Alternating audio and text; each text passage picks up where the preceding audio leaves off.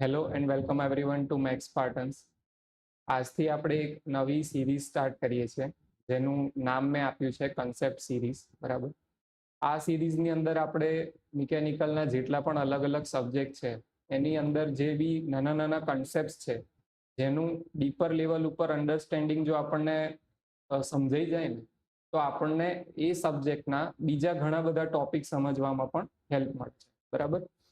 તો મિકેનિકલના બધા જ સબ્જેક્ટ આ રીતે આપણે કવર કરીશું વન બાય વન. અમુક અમુક જે મને ટોપિક છૂટતા જશે અથવા તો એવું લાગશે કે આ ટોપિકમાં કન્સેપ્ચ્યુઅલ ક્લેરિટીની વધારે જરૂર છે એવા હું વિડીયોઝ વન બાય વન બનાવીને અપલોડ કરતો જઈશ. બરાબર. તો આજનો આપણો ટોપિક જે છે એ થર્મોડાયનેમિક સબ્જેક્ટમાંથી છે, જે છે ટેમ્પરેચર. બરાબર. હવે તમે કહેશો ટેમ્પરેચર તો શું છે? કંઈ નથી. ટેમ્પરેચર ઇઝ, એ તો ખબર જ છે બધાને કે જે વસ્તુ ગરમ હોય એને ટેમ્પરેચર વધારે, જે વસ્તુ ઠંડી હોય એનું ટેમ્પરેચર ઓછું. બરાબર. પણ એ એટલું સિમ્પલ નથી એકચ્યુઅલમાં. બરાબર. જનરલી આપણું કન્સેપ્શન એવું હોય છે કે આપણને જે વસ્તુ ગરમ લાગે એ વસ્તુનું ટેમ્પરેચર વધારે ને આપણને જે વસ્તુ ઠંડી લાગે એનું ટેમ્પરેચર ઓછું. બરાબર. તો પહેલા તો એના માટે આપણે એક માઇન્ડ એક્સપેરિમેન્ટ કરીએ. ઓકે.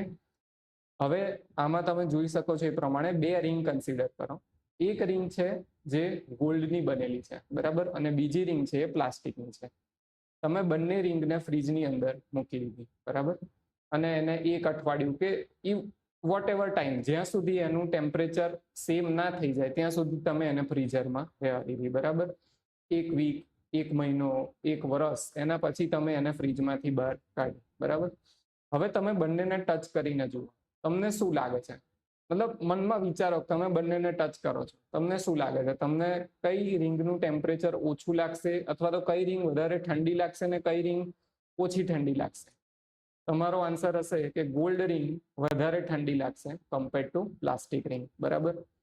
પણ બંનેનું ટેમ્પરેચર તો સેમ છે, તો પછી તમને એક રિંગ બીજી રિંગ કરતા વધારે ઠંડી કે એક ઓછી ઠંડી કેમ લાગી? તો ટેમ્પરેચર જે છે ને એ સિમ્પલી કોઈ વસ્તુનું ગરમ હોવું અથવા તો આપણને ગરમ ફીલ થવી એની સાથેનો ફિનોમિના નથી. બરાબર. જ્યારે પણ આપણને કોઈ વસ્તુ ગરમ ફીલ થાય છે, હોટનેસ અથવા કોલ્ડનેસ એ હીટ ટ્રાન્સફર સાથે રિલેટેડ છે. કે કેટલી સ્પીડથી એક બોડીથી બીજી બોડીમાં હીટ ટ્રાન્સફર થાય છે. તમારી જે ગોલ્ડની રિંગ છે ને એની થર્મલ કન્ડક્ટિવિટી બહુ વધારે છે કમ્પેર ટુ તમારી પ્લાસ્ટિકની રિંગ કરતા. તો તમારી આંગળી જે હાયર ટેમ્પરેચર પર છે એમાંથી એ રિંગની અંદર વધારે ફાસ્ટ હીટ જશે. કયા કેસમાં? ગોલ્ડ રિંગના કેસમાં કમ્પેર ટુ પ્લાસ્ટિક રિંગ કરતા. એટલે હીટ ટ્રાન્સફર રેટ વધી ગયો ને એને લીધે તમને એ ગોલ્ડની રિંગ વધારે ઠંડી લાગે છે. તો પહેલા તો આપણે આ મિસકન્સેપ્શન હટાવી દેવાનો છે કે ભાઈ આપણને જે પણ વસ્તુ શું કહેવાય ગરમ કે ઠંડી લાગે એનું એ પ્રમાણે ટેમ્પરેચર વધારે કે ઓછું હોય એવું હોતું નથી. બરાબર. જો અહીં મેં લખેલું છે કે ફિલિંગ ઓફ હોટનેસ ઓર કોલ્ડનેસ માત્ર ને માત્ર ટેમ્પરેચર પર ડિપેન્ડ કરતું નથી. It also depends on various factors like thermal conductivity, specific heat etcetera with temperature. Of course temperature તો મેટર કરે જ, પણ એની સાથે બીજી પણ અમુક પ્રોપર્ટીઝ મેટર કરે છે. બરાબર. તો ટેમ્પરેચર એટલે કોઈ વસ્તુ ગરમ કે કોઈ વસ્તુ ઠંડી એવું હોતું નથી. ઓકે. તો એક્ઝેક્ટલી ટેમ્પરેચર પછી છે શું? તો આપણે જઈએ માઇક્રોસ્કોપિક લેવલ ઉપર. જ્યારે કોઈ પણ ઓબ્જેક્ટ છે, મેટર છે, એમની એ જ્યારે ટેમ્પરેચર પોઝેસ કરે છે, ટેમ્પરેચર પોઝેસ કરે છે એટલે શું કે એની અંદર જે પાર્ટિકલ્સ છે અથવા તો મોલિક્યુલ્સ છે એમની પાસે કંઈક એનર્જી છે. બરાબર. તો જુઓ, ટેમ્પરેચર શું કહેવાય? It is a measure of average random kinetic energy possessed by particles અથવા તો મોલિક્યુલ્સ ઓફ એની મેટર. બરાબર. જ્યારે કોઈ પણ સબસ્ટેન્સ છે એની અંદર n નંબર ઓફ મોલિક્યુલ્સ હશે અથવા તો પાર્ટિકલ્સ હશે, એ બધા કંઈક ને કંઈક મોશન કરતા હશે, એમની પોતાની પાસે કંઈક ને કંઈક વેલોસિટી હશે. તો આ જે પાર્ટિકલ્સની કાઇનેટિક એનર્જી છે એ બધી કાઇનેટિક એનર્જી નો સરવાળો એ આપણને શું આપે છે? Total kinetic energy. બરાબર. અને એ કાઇનેટિક એનર્જી ઉપરથી આપણું ટેમ્પરેચર ડિફાઇન થાય છે. જેટલી એ કાઇનેટિક એનર્જી વધારે એટલું જ આપણું ટેમ્પરેચર વધારે. More is the kinetic energy, more will be its temperature. મતલબ કે એવું નથી કે kinetic energy will be equal to temperature. ના, ટેમ્પરેચર અલગ વસ્તુ છે. ટેમ્પરેચર આ કાઇનેટિક એનર્જીને માત્ર ને માત્ર શું કરે છે? રેપ્રેઝેન્ટ કરે છે. It only represents. બરાબર. હું તમને એક સિમ્પલ એનાલોજીથી સમજાવું.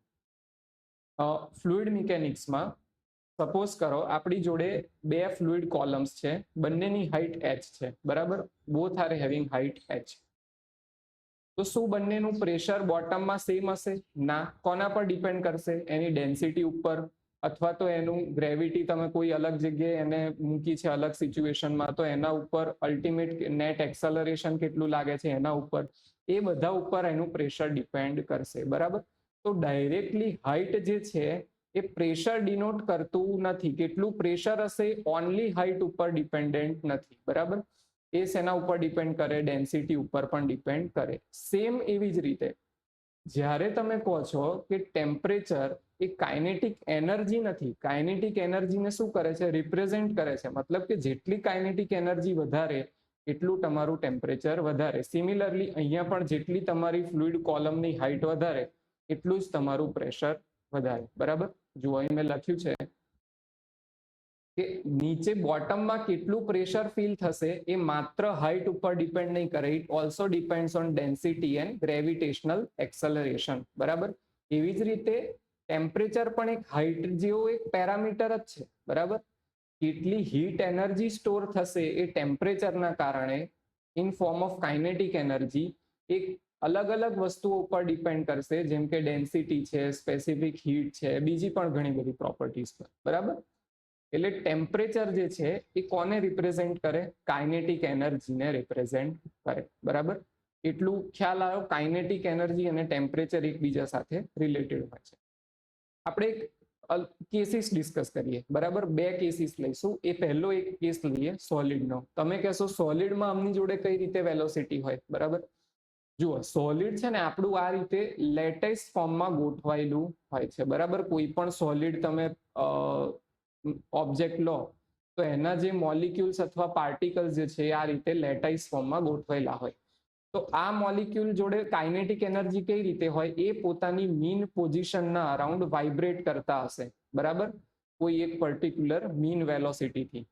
જેટલું આ સોલિડનું ટેમ્પરેચર વધારે એટલું એનું મીન વેલોસિટી ઓફ વાઇબ્રેશન વધારે. બરાબર. તો જુઓ અહીં મેં શું લખ્યું છે? Particle inside the matter vibrate about its centre in all the direction. અને એવું જ નહીં કે એક જ ડાયરેક્શનમાં વાઇબ્રેટ કરે, રેન્ડમલી એ કોઈ પણ ડાયરેક્શનમાં વાઇબ્રેટ કરતું હોઈ શકે છે. બરાબર. આવા વાઇબ્રેશનને શું કહેવાય? Lattice vibrations. બરાબર. તો સોલિડ્સનું જે ટેમ્પરેચર છે એ કોના કારણે આવે? આ જે લેટિસની અંદર જે મોલિક્યુલ્સ રહેલા છે એના કેટલા એનર્જીથી એ વાઇબ્રેટ કરે છે, એની મીન વેલોસિટી કેટલી વધારે છે વાઇબ્રેશનની, એટલું ટેમ્પરેચર વધારે. બરાબર. મેટલના કેસમાં શું થાય? એક થોડુંક બીજો આસ્પેક્ટ પણ એડ થાય છે. મેટલની અંદર માત્ર મોલિક્યુલ્સ હોતા નથી. બરાબર. એની અંદર બીજા પાર્ટિકલ્સ હોય છે. કયા પાર્ટિકલ? ઇલેક્ટ્રોન્સ. તો ફ્રી ઇલેક્ટ્રોન્સ જે છે એ પણ પોતાનું કોઈક રેન્ડમ મોશન ધરાવતા હશે. બરાબર. તો એ રેન્ડમ મોશનમાં એના કારણે પણ એની જોડે કંઈક કાઇનેટિક એનર્જી રહેલી હશે. તો એનાથી પણ એનું ટેમ્પરેચર વધશે. બરાબર. તો ટેમ્પરેચર આ રીતે રિપ્રેઝેન્ટ થાય સોલિડ્સમાં. આ જે હું કન્સેપ્ટ કહું છું ને, જે લેટિસ વાઇબ્રેશનનો અથવા તો ઇલેક્ટ્રોન્સ પણ ટેમ્પરેચરમાં કન્ટ્રીબ્યુટ કરે, આ તમને ક્યાં હેલ્પફુલ થશે? જ્યારે તમે હીટ કન્ડક્શન ભણશો ને ત્યારે. બરાબર. એના કન્સેપ્ટ સમજવામાં પછી તમને બહુ જ સરળતા રહેશે. તમે જો ટેમ્પરેચરને આ રીતે સમજી ગયા કે ભાઈ જેટલું લેટિસ વાઇબ્રેશન વધારે, લેટિસ વાઇબ્રેશનની એનર્જી વધારે એટલું તમારું ટેમ્પરેચર વધારે ઇન કેસ ઓફ સોલિડ્સ. બરાબર. તો એનાથી તમને હીટ કન્ડક્શન કઈ રીતે થાય એ સમજવામાં બહુ જ ઇઝી થઈ જશે. ઓકે. નેક્સ્ટ હવે આપણે લઈએ ગેસિયસ ફોર્મ. હવે પેલા સોલિડમાં તો શું હતું કે મોલિક્યુલ્સ કે પાર્ટિકલ્સ જે પણ હતા એકબીજા સાથે બંધાયેલા હતા. ગેસીસના કેસમાં તો શું છે? બધા છૂટા છે. બરાબર. ધારો કે આવી રીતે આપણે એક બોક્સ લઈએ તો એમાં ઘણા બધા પાર્ટિકલ્સ છે, એ બધા રેન્ડમ મોશન કરે છે એનીવેર, ગમે તે ડાયરેક્શનમાં. બરાબર. તો દરેક પાર્ટિકલ જોડે પોતાની કંઈક વેલોસિટી છે. બરાબર. આની જોડે v1 છે, આની જોડે v2 છે, આની જોડે v3 છે, ગમે તે. અને પણ પાછી રેન્ડમલી ગમે તે ડાયરેક્શનમાં. તો એ જેટલી વેલોસિટી વધારે હશે ને આ પાર્ટિકલ્સ જોડે એટલું આ ગેસનું ટેમ્પરેચર શું હશે? વધારે. બરાબર. એવરેજ વેલોસિટી જે છે રૂટ મીન સ્ક્વેર વેલોસિટી એ જેટલી વધારે હશે એટલું જ આ ગેસનું ટેમ્પરેચર શું હશે? વધારે હશે. બરાબર. જુઓ અહીંયા ફોર્મ્યુલાથી પણ ડિનોટ કરવામાં આવે છે આને. આ એનો ફોર્મ્યુલા છે ટેમ્પરેચર અને રૂટ મીન વેલોસિટી વચ્ચેના કોરિલેશનનો. અહીંથી જ તમે ડાયરેક્ટલી જોઈ શકો છો કે જેટલી તમારા પાર્ટિકલની વેલોસિટી વધારે મોલિક્યુલની એટલું જ તમારું ટેમ્પરેચર વધારે હશે. પણ ટેમ્પરેચર કેટલું વધારે હશે એ માત્ર વેલોસિટી પર ડિપેન્ડ કરતું નથી. એ કોના ઉપર ડિપેન્ડ કરે છે? મોલિક્યુલર વેઇટ ઉપર પણ ડિપેન્ડ કરે છે. બરાબર. તો ફોર એક્ઝામ્પલ આપણી જોડે બે ગેસીસ છે, એક છે હિલિયમ અને એક છે નાઇટ્રોજન. બરાબર. બંને ગેસીસ ના મોલિક્યુલ્સની એવરેજ વેલોસિટી સેમ છે. સમજો, એવરેજ વેલોસિટી સેમ છે બંનેના મોલિક્યુલ્સની અથવા પાર્ટિકલ્સની, પણ એ બંનેનું ટેમ્પરેચર સેમ હશે? ના. બરાબર. તો આ જ ફિનોમિના છે કે જે એનર્જી છે એનાથી ટેમ્પરેચર ડિફાઇન થાય. બરાબર. તમારી જે કાઇનેટિક એનર્જી છે એ બે શું કહેવાય એની સેમ થઈ ગઈ ત્યારે જ તમારું ટેમ્પરેચર ઇક્વલ થશે. બરાબર. તો મોલિક્યુલર વેઇટ ઉપર ડિપેન્ડ કરે. બરાબર. આના સિમ્પલ છે. તમે હિલિયમનો એક જુઓ, એક મોલિક્યુલ, તો એની જોડે માત્ર શું કહેવાય બે પ્રોટોન ને બે ઇલેક્ટ્રોન્સ હશે. જ્યારે નાઇટ્રોજનનું મોલિક્યુલર વેઇટ કેટલું છે? 28. આનું કેટલું છે? માત્ર 4. બરાબર. ક્લિયર? તો આના જે પાર્ટિકલ્સ છે, મોલિક્યુલ્સ છે, એ જો સેમ વેલોસિટી ધરાવે આના જેટલી જ, તો પછી ટેમ્પરેચર જે છે ઇન ટર્મ્સ ઓફ નાઇટ્રોજન એ વધી જશે. બરાબર. નાઇટ્રોજનનું ટેમ્પરેચર વધારે હશે. તો ટેમ્પરેચર ખાલી વેલોસિટી સાથે કનેક્ટેડ ફિનોમિના નથી. એ કોને રિપ્રેઝેન્ટ કરે છે? કાઇનેટિક એનર્જીને. જો બે તમારા મેટર્સમાં કાઇનેટિક એનર્જી સેમ હશે તો એનું ટેમ્પરેચર તમને સેમ કહી શકો. બરાબર. આપણે ઘણી વખત એક ટર્મ યુઝ કરીએ છીએ, absolute zero temperature. Absolute zero temperature. બરાબર. એટલે કે 0 કેલ્વિન. બરાબર.